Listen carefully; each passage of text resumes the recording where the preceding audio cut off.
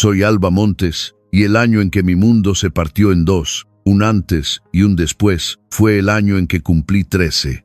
Si me pidieras que señalara el instante exacto en que mi familia decidió que yo era parte del decorado de mi propia historia, no sería una revelación lenta, sino una nota adhesiva pegada en la puerta del frigorífico.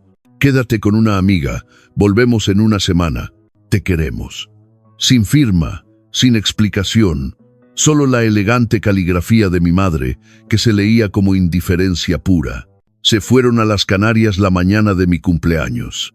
Mi hermana mayor, Jazmín Montes, subió una foto con su maleta rosa y un alegre pie de foto sobre el tiempo en familia, mientras que Liria Montes, mi hermana pequeña, la siguió con emoticonos de palmeras.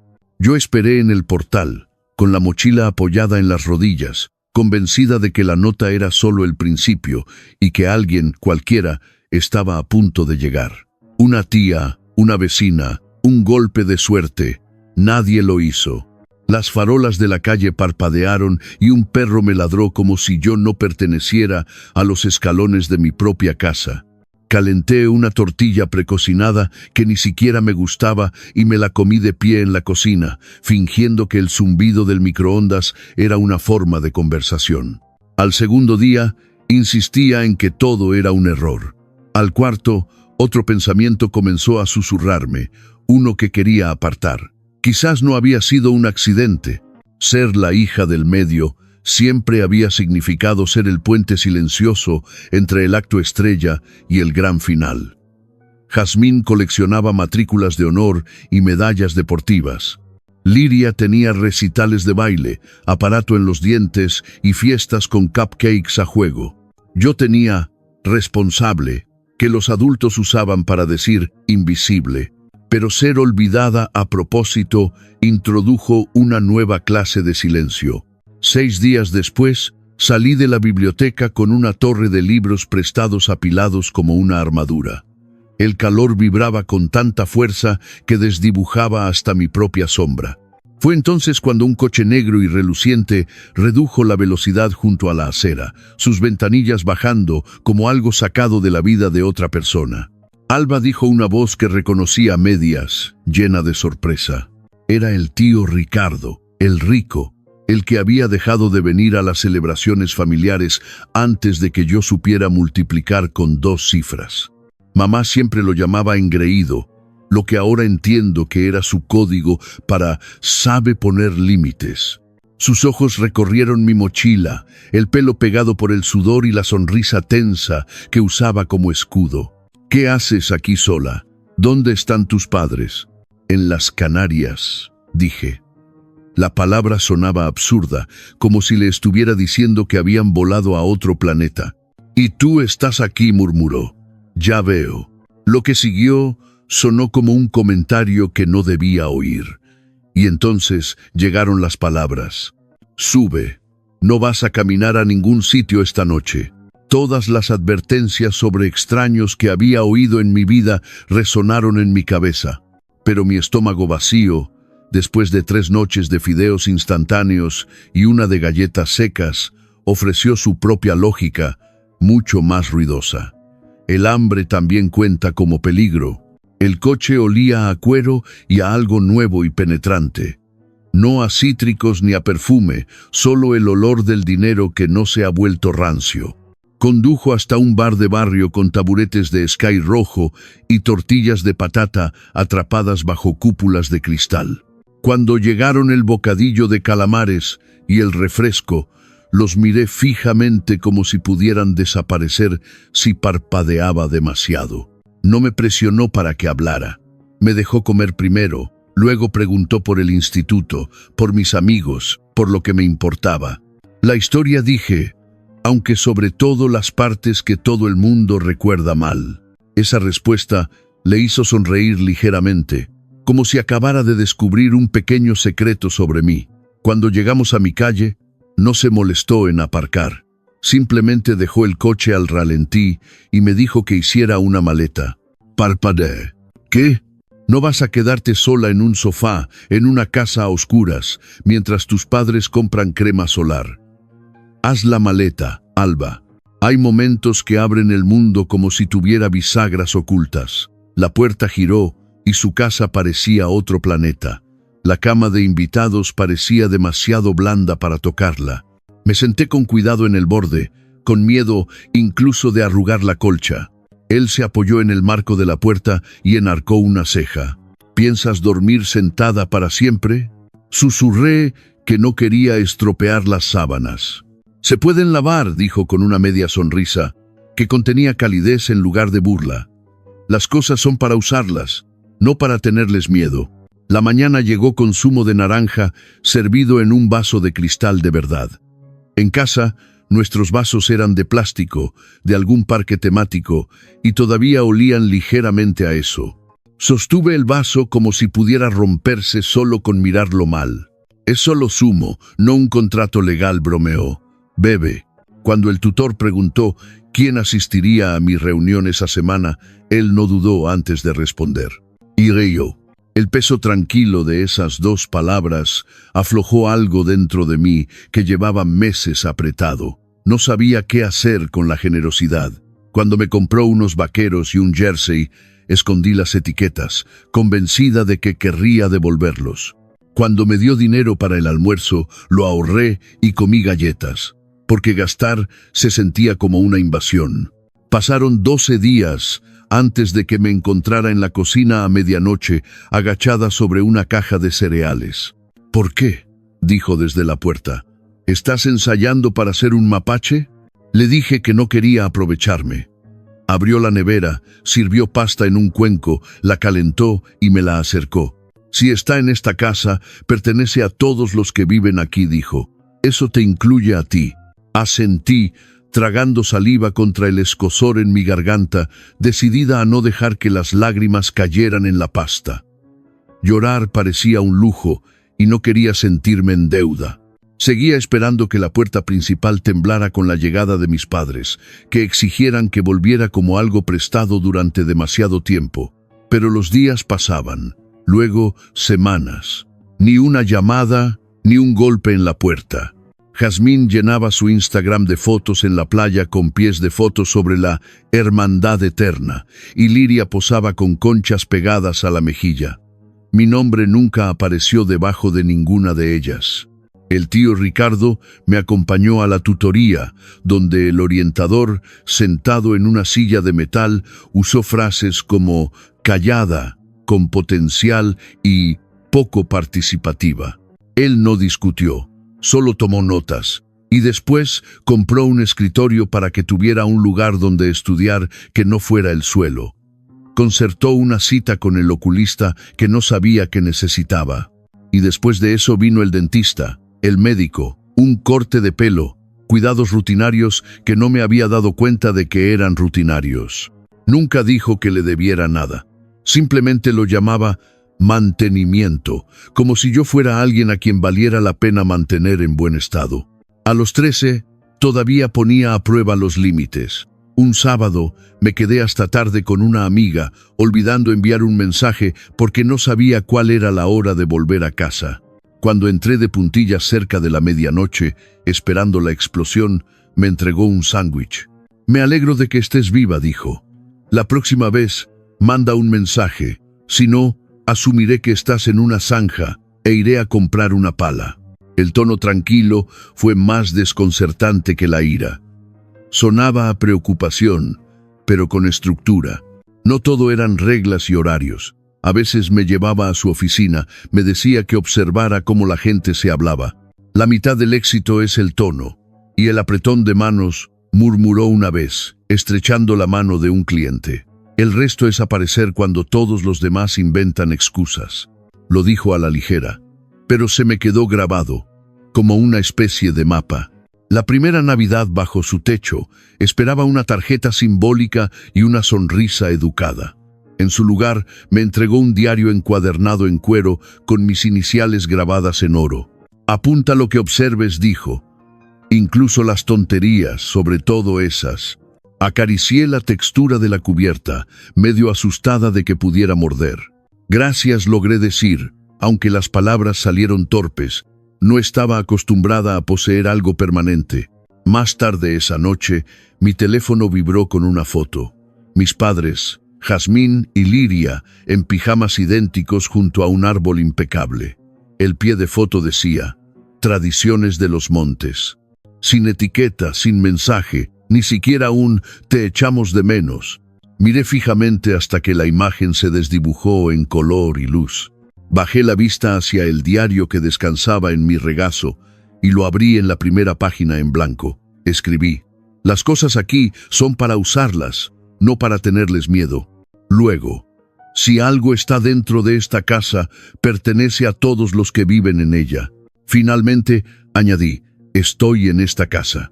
Las palabras parecían demasiado firmes, como si hubiera tomado prestado el valor de otra persona. Aún así, cuando cerré la cubierta y volví a trazar mis iniciales, algo débil se agitó dentro de mí. Desconocido, pero cálido. No era seguridad, todavía no, pero quizás era el boceto, dibujado a lápiz. No sabía entonces que aquel bar de barrio y este pequeño libro se convertirían en las bisagras que lo cambiarían todo. Años más tarde, en un lugar que olía a cuero y a leyes, esas páginas serían mi columna vertebral cuando otros buscaran un punto de apoyo. Por ahora, solo tenía 13 años, acurrucada en sábanas que susurraban a limpio en lugar de a cansado, empezando a aprender una verdad imposible. No era desechable. No me habían olvidado, solo me habían perdido de vista. Y alguien, finalmente, había encontrado mi sitio y me había colocado donde pertenecía. Cuando cumplí los 14, el tío Ricardo había llegado a 2 conclusiones sobre mí. La primera, que mi postura era atroz. La segunda, que debajo de esa espalda encorvada yo albergaba una promesa. Me daba un golpecito en el hombro cada vez que me encogía. Camina con la cabeza alta, Alba. No eres una nota a pie de página. La gente te cree más cuando parece que tú ya te crees a ti misma. Al principio sonaba como una frase de un cartel de autoayuda, pero con el tiempo empecé a sorprenderme a mí misma a medio encorvar, enderezándome, fingiendo una confianza que empezó a sentirse real. Los profesores lo notaron. Empecé a hablar en clase, a levantar la mano, incluso me uní al club de debate después de que me sobornara con pizza. En mi primera competición, mi voz tembló como un altavoz defectuoso. Pero aún así gané, argumentando que los gatos eran mejores mascotas. Cuando el juez lo anunció, vi al tío Ricardo al fondo, sonriendo con esa sonrisa silenciosa que decía, «¿Ves? Te lo dije». En casa no era solo un cuidador. Era una colección de lecciones disfrazadas de vida cotidiana. Nunca predicaba sobre la ambición o la gratitud. Las vivía. Cuando le pedí un móvil nuevo dijo, «Suena genial. ¿Cuánto has ahorrado?» Parpadeé. «Nada. Entonces lo apreciarás el doble cuando te lo hayas ganado». Así que conseguí mi primer trabajo de fin de semana, reponiendo estanterías en un supermercado. Mi primera nómina era de 16 euros y la agité como un trofeo. Él no la aceptó.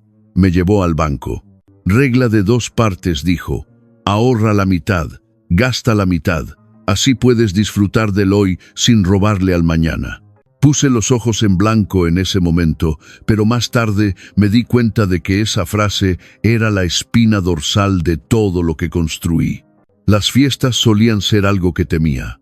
Las cenas de Navidad se sentían como producciones teatrales para las que nunca había hecho una audición.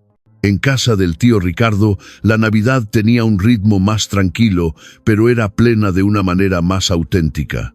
Sus regalos no eran extravagantes, solo elegidos con esmero. Una copia de segunda mano de Matar a un ruiseñor, una pluma estilográfica que se sentía sólida en mi mano, una bufanda que, según él, hacía juego con mi cara de debate. Mientras tanto, mi teléfono vibraba con fotos de los montes. Mis padres, Jazmín y Liria, posando junto a palmeras y mesas que parecían preparadas para una revista. Nadie escribió nunca, «Ojalá estuvieras aquí». El dolor todavía picaba, pero ya no me vaciaba como antes. En cambio, me recordaba que estaba aprendiendo cómo podía ser una familia cuando no era todo para aparentar. Una Navidad, me pasó una pequeña caja. Dentro había un llavero de plata grabado con Montes y Cárdenas. Un proyecto en construcción, dijo. Lo miré confundida. ¿Un proyecto en construcción? Él sonrió. Porque eso es lo que somos los dos. Tú estás aprendiendo a construir. Yo estoy aprendiendo a no hacerlo solo. Las palabras me fallaron, así que simplemente lo abracé. Fue torpe, como dos personas tratando de recordar un viejo idioma, pero él no me soltó primero. Esa noche, en mi diario, escribí: no necesitas compartir sangre para compartir un hogar. A los 16, empezó a llevarme a su oficina durante los veranos. Estaba aterrorizada. Rodeada de trajes planchados, escritorios brillantes y gente que se movía como si la gravedad funcionara de forma diferente para ellos. Durante las presentaciones, se inclinó y susurró: tranquila, se ponen los pantalones una pierna cada vez. Algunos incluso se caen al hacerlo. Me reí y el miedo se disolvió. Esa se convirtió en nuestra broma recurrente cada vez que me sentía pequeña. Una pierna cada vez, niña. Me enseñó cosas que ninguna clase tocaría jamás. Cómo escuchar antes de responder. Cómo ver lo que la gente quería decir en lugar de lo que decía. Cómo estrechar una mano como si lo sintieras. La mitad del mundo va de farol, me dijo una vez. La otra mitad se disculpa por existir. Aprende a no hacer ninguna de las dos cosas. Esa fue la primera vez que creí que tal vez podría construir algo más que la mera supervivencia. A los 17, el contraste entre de dónde venía y dónde estaba ahora se sentía lo suficientemente agudo como para sangrar. Jazmín llenó su perfil con publicaciones sobre sus admisiones en la universidad, etiquetando a todo el mundo menos a mí. Liria posó junto a su coche nuevo con el pie de foto. Gracias, mamá y papá. Su sonrisa tan brillante como la pintura. Miré esa foto mientras el tío Ricardo preparaba té y murmuraba: ni siquiera preguntan por ti. Ni un solo mensaje, ni una felicitación de cumpleaños. No levantó la vista de su taza. ¿Cuánto tiempo piensas esperar a que se acuerden de ti? La pregunta resonó en el silencio como un trueno en una habitación cerrada.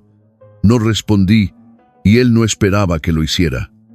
Esa noche, dejé de esperar a que los montes se dieran la vuelta. En cambio, comencé el largo trabajo de acordarme de mí misma. En mi último año de instituto, el tío Ricardo me entregó una pequeña caja antes de la fiesta de graduación. Dentro había una delgada pulsera de plata con una pequeña A grabada. No persigas la aprobación, Alba dijo. Persigue la paz. La aprobación es prestada. La paz es algo que conservas. Aún no lo sabía, pero esa frase era una señal para todo lo que vendría después. El desamor, la traición, el enfrentamiento que me diría todas sus lecciones, pero en ese momento solo sonreí. Me abroché la pulsera y le dije que sonaba como una galleta de la fortuna. Él se rió. Pues asegúrate de abrirla antes de que se ponga rancia. Esa noche, bajo guirnaldas de luces y un DJ que amaba el volumen más que el ritmo, me reí sin comprobar si alguien se daba cuenta, sin una correa invisible tirando de mí hacia atrás, sin una nota pegada a un frigorífico que dijera: volvemos en una semana, solo yo. Alba Montes, inacabada pero real, aprendiendo por fin lo que se sentía al ser vista. La universidad nunca había formado parte del guión que mis padres escribieron para mí. Jazmín era la prodigio con becas, Liria, la niña de oro con trofeos y diademas, y yo, la que se esperaba que fuera realista, la forma que tenía la familia de decir: no aspires a mucho. Si no fuera por el tío Ricardo, podría haberme quedado dentro de esa limitación. Él no se limitó a entregarme el dinero de la matrícula. Me hizo luchar por cada parte. Nos sentamos durante horas en la mesa de la cocina, rodeados de hojas de cálculo, guías de préstamos y formularios de ayuda financiera hasta que los números bailaban. Primero las becas, insistió. Segundo, las ayudas. Mi ayuda llena los huecos, no la base. Así que me puse a buscar. Había una beca para estudiantes zurdos. Pasé 2 semanas aprendiendo a escribir con la izquierda, otra para descendientes de apicultores. Compuse un ensayo sobre el sagrado equilibrio entre las abejas y los humanos, aunque mi único encuentro con una había sido salir corriendo en tercero de primaria. Poco a poco, tejí un futuro. Cuando llegó el sobre de la Universidad Politécnica, el tío Ricardo lo examinó como un acuerdo que él mismo hubiera negociado. «Enhorabuena», dijo, su voz firme pero orgullosa. Sus ojos brillaban. «Ahora ve y demuéstrales que tenían razón». El día de la mudanza fue un caos. Padres haciendo malabares con cajas, globos flotando, todo el mundo llorando en las puertas. Los míos no vinieron. Ni un mensaje, ni siquiera un «buena suerte». El tío Ricardo subió todo por 3 pisos en el calor de agosto, con la camisa pegada a la espalda, pero se negó a dejarme coger las cajas pesadas. «Esto cuenta como mi entrenamiento anual», bromeó. «No le digas a mi entrenador que he sudado de verdad».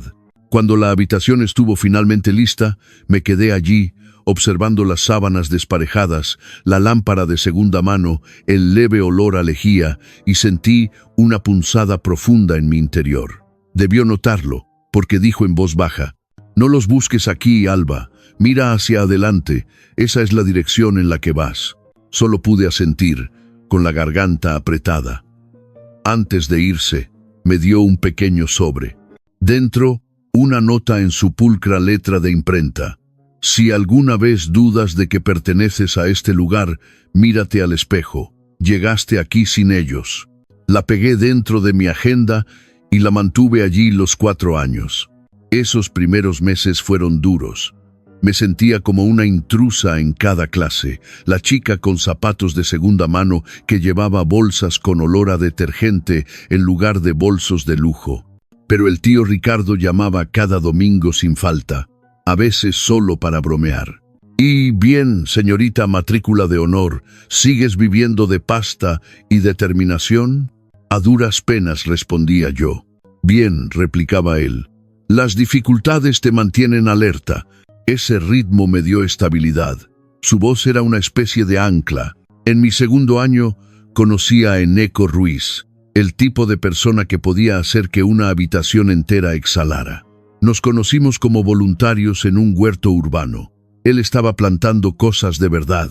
Yo fingía saber cómo funcionaba una pala. Se ofreció a enseñarme y yo puse los ojos en blanco, pero le dejé. Empezamos a salir meses después, lenta y cuidadosamente, pero era real. Eneco no era el tipo de héroe. No intentó salvarme.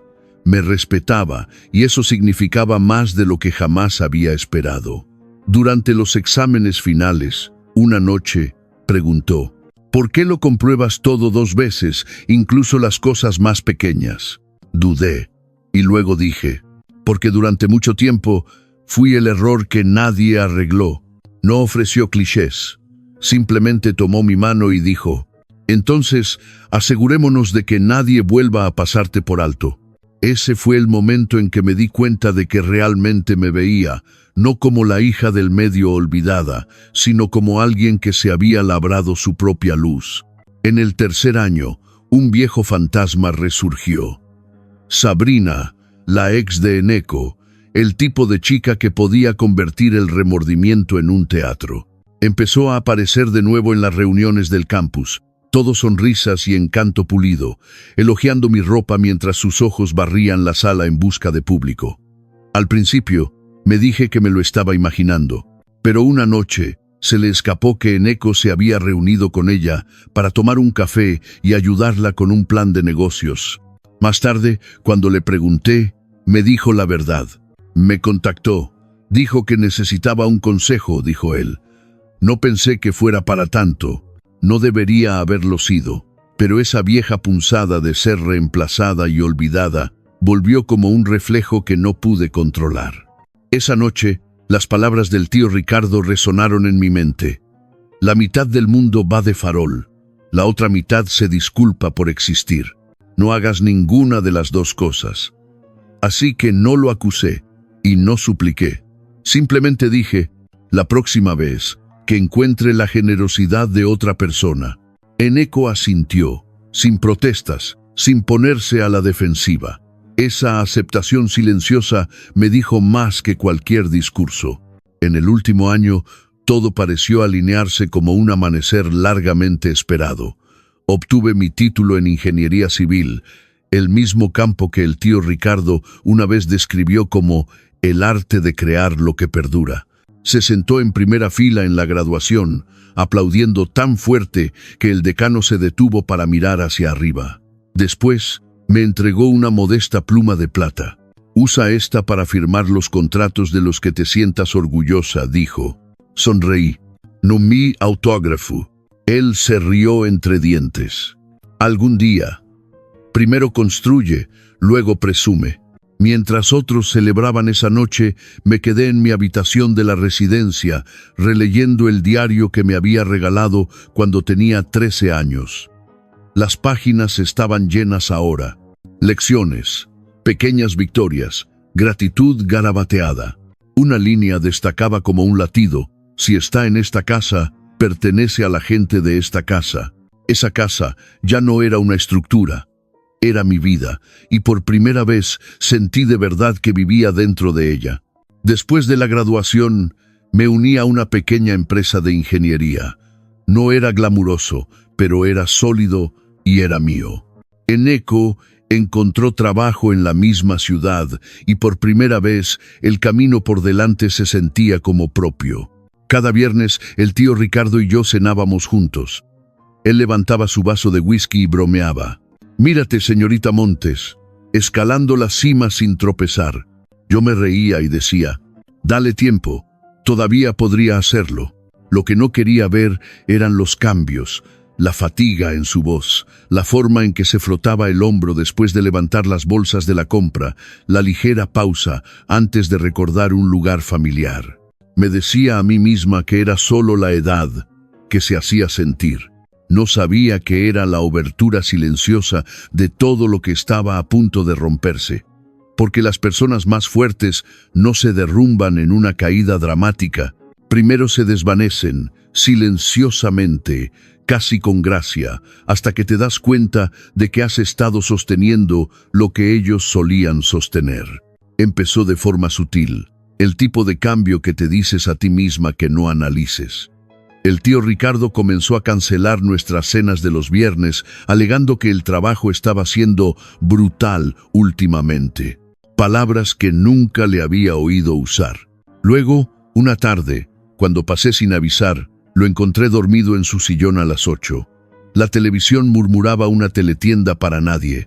Cuando le toqué el hombro suavemente, se despertó sobresaltado, forzando una sonrisa que llegó demasiado rápido. «Día largo», dijo, con voz débil. Supongo que parpadeé demasiado tiempo, pero la sonrisa no llegó a sus ojos. Las señales se multiplicaron, botes de pastillas se alineaban en la encimera. Su mano temblaba ligeramente al servirse el café. Contaba la misma historia 2 veces en una noche. Yo me daba cuenta, él se daba cuenta de que yo me daba cuenta, y juntos nos deslizamos en un pacto silencioso de negación. Él todavía se preocupaba por mí. Tranquilo, firme, de la misma manera que siempre lo había hecho cuando yo estaba aprendiendo a construir una vida desde las ruinas. «Lo estás haciendo bien en el trabajo», me dijo una vez después de que me desahogara sobre un cliente difícil. «Solo recuerda, los trabajos te reemplazan en una semana. La gente no lo hará si eliges a las personas adecuadas». Esa frase caló más hondo que cualquier evaluación de rendimiento.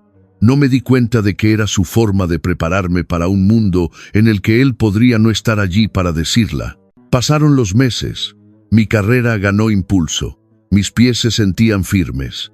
Eneko y yo encontramos un ritmo que funcionaba. Su trabajo de marketing, mis proyectos de ingeniería, ambos estables. Pero cada vez que Ricardo le restaba importancia a una tos o apartaba mi preocupación con un gesto, esa estabilidad se agrietaba un poco más. Entonces llegó el día, un martes. Sonó el teléfono, una voz temblorosa al otro lado. «Señorita Montes, soy Gracia». de la oficina del señor Cárdenas. Se ha desplomado durante una reunión. Lo han llevado al hospital de San Lucas. El trayecto en coche fue borroso. Solo rayas de semáforos en rojo y el latido de mi corazón en mis manos. Cuando finalmente llegué a su habitación, parecía imposiblemente pequeño contra todo aquel blanco. Aún así, cuando me vio, logró esbozar una sonrisa torcida. «No pongas esa cara tan seria», carraspeó. «Les dije que quería una noche gratis. 5 estrellas, si ignoras la comida». Intenté reír, pero me ardía la garganta. «Me has asustado», susurré. Se encogió de hombros débilmente. «Siempre hay una primera vez para todo». Luego, aún más bajo: «Siéntate, niña». Esperó hasta que la habitación se sumió en la quietud. Solo el pulso silencioso de las máquinas y el suave arrastrar de pasos en algún lugar más allá de la puerta. «Sabes», dijo, su voz más ronca de lo que nunca la había oído, «siempre pensé que tu padre sería quien te enseñara estas cosas. A mantenerte erguida, a manejar el dinero, a discutir sin levantar la voz. Pero me alegro de haber sido yo». «No hables así», susurré. «¿Así cómo? Como si te estuvieras...». No pude terminar. Volvió a ofrecer esa media sonrisa, la que contenía más consuelo que cualquier palabra. Con honestidad dijo, tomando mi mano, un gesto poco común en él: «Has superado cada una de las expectativas que cualquiera tuvo de ti, Alba. Solo recuerda una cosa». «¿El qué?». «Tú no eres la pieza que sobra. Nunca lo fuiste». Mi visión se nubló y parpadeé rápidamente, sin querer que las lágrimas ganaran. Él notó el esfuerzo y sonrió débilmente. «Si mojas estas sábanas, pagas tú la tintorería». Me reí y el sonido se quebró a la mitad, pero por un instante sentí que el mundo había vuelto a la normalidad. Se quedó en el hospital unas noches, luego volvió a casa, más lento ahora, más callado, todavía fingiendo que nada había cambiado. Nunca volvimos a hablar del susto, pero ambos sabíamos que algo invisible se había movido entre nosotros. Esa última Navidad me dio una caja envuelta en papel dorado. Dentro estaba el mismo diario de cuero que me había regalado cuando tenía 13 años, solo que ahora no estaba en blanco. Cada página estaba llena: notas cortas, consejos, bromas, bocetos, incluso recibos de restaurantes pegados con garabatos como «la mejor hamburguesa de 2014». Aún así, no vale las calorías. La última página me hizo contener la respiración por un segundo. Su caligrafía temblaba, pero era legible. «Si alguna vez intentan borrarte de nuevo, recuerda esto: tú ya has escrito tu propio capítulo». Levanté la vista, con un nudo en la garganta. «¿Has estado escribiendo en esto todos estos años?». Se encogió de hombros. «No podía dejar que te quedaras con todas las frases buenas». Me incliné y lo abracé. No uno cuidadoso, uno de verdad. Él se rió entre dientes, murmurando: «Con calma, me vas a romper una costilla». Pero me aferré un poco más, porque algo dentro de mí sabía que era la última vez que oiría esa risa en la misma habitación. Cuando la llamada llegó meses después, no contesté de inmediato. Era temprano, el mundo todavía medio dormido. El teléfono vibró de nuevo y una tercera vez. Al otro lado, la voz de Gracia se quebró. «Señorita Montes, lo siento mucho. Ricardo ha fallecido mientras dormía esta mañana». El mundo se quedó sin sonido, como si alguien hubiera bajado el volumen de la vida al mínimo. Me quedé helada en el borde de mi cama, con el teléfono aún en la mano, mirando la pared como si la pura concentración pudiera forzar al mundo a volver a su orden. Se suponía que iba a estar bien. Se suponía que seguiría haciendo bromas sobre la edad y el colesterol, no que desaparecería de la noche a la mañana. Los días siguientes se disolvieron en una neblina. Llamadas, documentos, preparativos del funeral. Me había nombrado albacea. Naturalmente, por supuesto que lo había hecho. Nadie más conocería los detalles que importaban. ¿Qué corbata llamaba él? La seria. ¿Qué canciones le hacían torcer el gesto? Cuánto odiaba los lirios y prefería las sencillas rosas blancas. El funeral fue pequeño y elegante. tal como él lo hubiera querido. Una mezcla de viejos amigos, algunos colegas y esas raras personas que de verdad importaban. Me quedé de pie junto a su foto, asintiendo a través de condolencias que se sentían amortiguadas, como si estuviera bajo el agua. Y entonces aparecieron mis padres, Jazmín, Liria, entrando en la capilla como si fuera una alfombra roja. Mi madre se escondía detrás de unas enormes gafas de sol negras, lo suficientemente grandes como para ocultar sus ojos y su conciencia. Mi padre estrechaba la mano de extraños, ofreciendo palabras solemnes sobre la gran pérdida que suponía para la familia, a pesar de no haber hablado con Ricardo en más de 15 años. Cuando finalmente me vieron, sus rostros pasaron por una tormenta de emociones, sorpresa, culpa y cálculo, todo enredado. Alba, jadeó mi madre, agarrando mi mano. No teníamos ni idea de que Ricardo y tú erais tan cercanos. Me aparté suavemente. Nunca preguntasteis. Mi padre se aclaró la garganta, adoptando su tono ensayado, el que usaba para los discursos y los negocios. Tu tío era un hombre extraordinario, generoso, exitoso, siempre parte de la familia. Esa última palabra casi me hizo reír a carcajadas. Familia. La voz de Jazmín intervino, dulce como el acero. Entonces, ¿sabes cuándo es la lectura del testamento? Quiero decir, el tío Ricardo estaba bien posicionado. Liria dejó escapar un suspiro exagerado, ajustándose sus pendientes de perlas. Solo espero que quisiera que mantuviéramos unido el legado familiar. La casa, los coches, todo eso. Por un segundo me pregunté si estaba soñando o atrapada en alguna obra de teatro cruel. Aún no lo habían enterrado y ya estaban rodeando la herencia como carroñeros que olfatean una presa fresca. No me molesté en responder, simplemente me di la vuelta y me alejé. En una semana comenzó el diluvio. Mensajes de texto, correos de voz, solicitudes en redes sociales. La voz de mi madre goteando una falsa calidez. Cariño, de verdad deberíamos reconectar. La familia es todo lo que tenemos. Luego, un mensaje de Jazmín se deslizó en mis mensajes directos. Deberíamos hablar pronto de los asuntos de la herencia. Liria envió un emoji que intentaba hacer que el duelo pareciera glamuroso. Poco después, llamó el abogado del tío Ricardo, el señor Herrero. La lectura del testamento está programada para el lunes por la mañana, dijo. Puede que haya sorpresas. Su tío fue muy específico sobre lo que quería. Sonreí levemente, mis dedos rozando el borde gastado de mi diario. Si alguna vez intentan borrarte de nuevo. Estaban a punto de descubrir lo que sucede cuando confundes el silencio con la debilidad. Y yo estaba a punto de cumplir la promesa que me había hecho a mí misma y al hombre que me enseñó a caminar con la cabeza alta. El bufete de abogados olía a cuero, a dinero antiguo y a la vaga satisfacción de la justicia. Cortinas pesadas, muebles de madera oscura, sillas que forzaban una postura perfecta. El aire tenía ese silencio donde cada respiración parecía un testimonio. El señor Herrero se sentó a la cabecera de una larga mesa de caoba. Mi familia se alineaba en el lado opuesto. Mis padres, Jazmín y Liria, envueltos en un luto caro. Mi madre se secaba lágrimas invisibles con pañuelos de diseño. Mi padre juntaba las manos como un predicador listo para recibir donaciones. El teléfono de Jazmín seguía brillando bajo la mesa y Liria se inclinó para susurrar. ¿Crees que nos dejó la casa? Me senté frente a ellos. El diario descansando en mi regazo, el corazón firme, un vestido negro liso, sin joyas llamativas, sin armadura, no la necesitaba. Herrero se aclaró la garganta.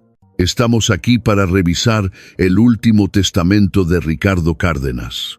Su tono era preciso, deliberado. Comenzó con lo habitual, deudas saldadas, pequeñas donaciones a organizaciones benéficas, regalos al personal de toda la vida. Mi familia se movía inquieta, tratando de parecer paciente, prácticamente vibrando de codicia. Luego pasó una página. En cuanto al resto del patrimonio del señor Cárdenas, Jazmín se inclinó hacia adelante, sus diamantes captando la luz. Liria juntó las manos como si esperara un favor divino. Mi padre me miró, con una sonrisa fugaz, mitad lástima, mitad advertencia. Herrero leyó lentamente, cada palabra tan nítida como el cristal. A mis parientes lejanos, que solo se acordaron de mí cuando el saldo de mi cuenta bancaria se ajustaba a sus necesidades, no les dejo nada. El silencio partió la habitación. Mi madre ahogó un grito. La boca de Jazmín se abrió. Liria parpadeó, atónita. «Está bromeando, ¿verdad?», susurró. Herrero no hizo una pausa. Pasó otra página. A mi sobrina, Alba Montes, abandonada a los 13 años, pero nunca ausente desde entonces, le dejo la totalidad de mi patrimonio. Todos los activos, propiedades, cuentas y participaciones. Por un instante suspendido, nadie respiró. Y luego, como un solo movimiento, 4 pares de ojos se clavaron en mí. Jazmín fue la primera en romper el silencio. Su voz aguda y temblorosa: «Eso es imposible». Apenas la conocía. Mantuve mi tono firme. «Me conoció durante 15 años. Vosotros simplemente dejasteis de prestar atención». El rostro de mi padre se puso carmesí. «Lo manipulaste. Lo envenenaste contra su familia». Apoyé la palma de mi mano en el diario, mis dedos trazando el cuero suave y gastado. No dije en voz baja: «Eso lo hicisteis vosotros solos, el día que me dejasteis con una nota en la nevera». Liria probó con su dulzura ensayada. «Vamos, Alba, no pensarás quedártelo todo, ¿verdad? Somos familia». Esa palabra otra vez, familia. Dejé escapar un lento suspiro y sonreí. No con crueldad, no con aire de superioridad, solo con cansancio. «Es curioso», dije. 15 años de silencio no suenan mucho a familia. Pero claro, ahora que hay dinero sobre la mesa, de repente volvemos a ser parientes. El señor Herrero cerró la carpeta con un suave y definitivo chasquido. «El testamento es irrefutable. El señor Cárdenas fue muy específico. Cualquier impugnación será desestimada de inmediato». Mi madre abrió la boca, pero luego se lo pensó mejor. La incredulidad en sus rostros se agrió hasta convertirse en ira. La misma mirada que habían puesto años atrás, cuando se dieron cuenta de que ya no necesitaba su permiso para existir. Me alisé la parte delantera del vestido y me levanté. «Si me disculpáis, tengo cosas que hacer. Señor Herrero, gracias por su tiempo». Jazmín siseó: «Esto no ha terminado». Encontré su mirada sin pestañear. «Terminó el día que dejaste de llamarme hermana». Luego me di la vuelta y salí. Afuera, el aire se sentía nuevo, más nítido, más limpio, como si el mundo hubiera estado conteniendo la respiración y finalmente hubiera exhalado por mí. La luz del sol rebotaba en la fachada de cristal del edificio, cegándome momentáneamente. Y en ese destello me vi a mí misma. No a la asustada niña de 13 años con una mochila esperando a alguien que nunca llegó, sino a una mujer plantada en su propio terreno, exactamente donde ella eligió estar. Saqué mi teléfono, abrí mis mensajes y encontré el contacto que aún deseaba que existiera. «Ojalá estuvieras aquí para ver sus caras, viejo», escribí. Luego, después de una pausa: «Tenías razón. Escribí mi propio capítulo». Le di a enviar. A ninguna parte. A todas partes. Más tarde esa semana, de pie en el balcón de la casa de Ricardo, mi casa ahora, observaba las luces de la ciudad brillar como el latido de todo lo que él había construido y dejado atrás. Sostenía el diario, pasando una vez más a su última página. La tinta se había desvanecido un poco, pero las palabras aún ardían brillantes. «Si alguna vez intentan borrarte de nuevo, recuerda esto. Tú ya has escrito tu propio capítulo». Sonreí. «Lo hice», susurré. «Y seguiré escribiendo». En ese momento no pensaba en dinero, ni en escrituras, ni en activos. Pensaba en esa niña de 13 años en un portal, aferrada a una mochila y a una nota de nevera, preguntándose qué había hecho mal. Si pudiera volver atrás hasta ella, le diría esto: «Un día tendrás un hogar que no te trate como a una visita, una vida que nunca se disculpe por ocupar espacio y un nombre que nadie pase por alto. Eneko salió al balcón, pasando un brazo por mis hombros. ¿Estás bien? Asentí, apoyándome en él. Sí. Se siente como cerrar un círculo. Miró la ciudad extendida bajo nosotros. Estaría orgulloso, ¿sabes? Incliné mi rostro hacia el cielo, un azul suave sobre el horizonte. Creo que ya lo está. Debajo de nosotros, las luces de la ciudad brillaban como páginas que se pasan. Y por primera vez, la historia me pertenecía por completo e irrevocablemente. Porque hay familias que te tocan por azar y familias que te construyes a pulso. Y solo tú decides quién tiene el privilegio de firmar en las páginas de tu vida.